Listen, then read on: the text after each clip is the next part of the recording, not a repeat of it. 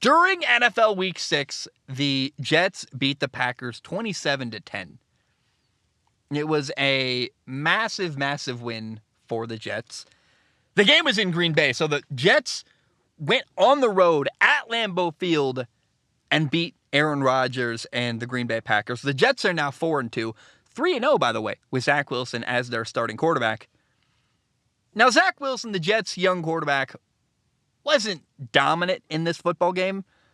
He just kind of played a solid, clean game, made good decisions, did well. It was an all-around team effort and a team win here. Here's the big story from this game, though. Green Bay could not get anything going on offense in this football. The Packers receivers could not win, and there was no separation. It was a massive problem. I think it says a little bit about the Jets that their defense did well enough to shut down Aaron Rodgers and Green Bay. The defense was making plays, like shout out to the Jets, but I think it says even more about the Green Bay Packers. Basically, in order for Green Bay to move the ball, Aaron Rodgers had to be superhuman on Sunday. The only touchdown drive that Green Bay put together was made possible because of two penalties on the Jets defense on third down that kept the drive alive. Other than that, one drive, Green Bay could not do anything all day on offense. It was briefly a 7-point game. It was 17-10. The Packers were able to score on that drive where the Jets handed them 2 first downs on penalties. Again, that made it 17-10. And then the Jets put together a really, really good touchdown drive. That gave them a 24-10 lead. And emotionally, 24-10 for the Green Bay Packers. I thought that was kind of demoralizing. Down one score. I was watching live. I'm like, it feels like one score, one touchdown. If something happens here, maybe Zach Wilson throws an interception. There's a muffed punt. Like, if Green Bay catches a break, it's a tie game here. But when the Jets had a 2-touchdown lead, it felt insurmountable, given the way the Packers offense had been doing all day. And that says a lot.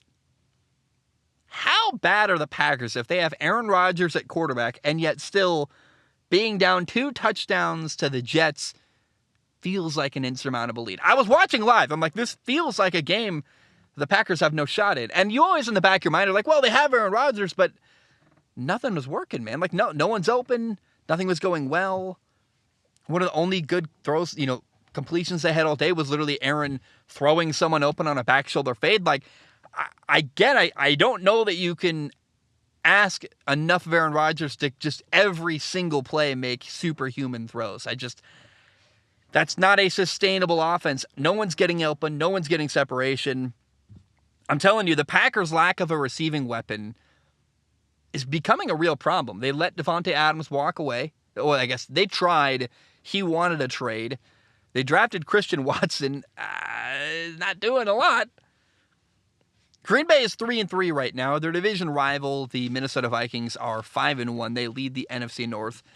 And the next 2 games are big for Green Bay because they play at Washington against a backup quarterback. You have to win that game. But then you play at Buffalo against a great Bills team and a Super Bowl favorite. I think it's very possible that 2 weeks from now, Green Bay is going to be 4-4, which isn't great, by the way. Packers head coach Matt LaFleur has only ever lost 4 games one time. He's won 13 games in each of the 3 years he's been the Packers head coach. They went 13-3, 13-3, and 13-4. So going 4-4 with a whole rest of your year to win 13 games, that's a really troubling start to the year. And clearly Matt LaFleur is on track for the worst record he's had during his time coaching in Green Bay with Aaron Rodgers and the Packers. And I go back to this, man. The Packers' lack of a true receiving threat is really, really costing them.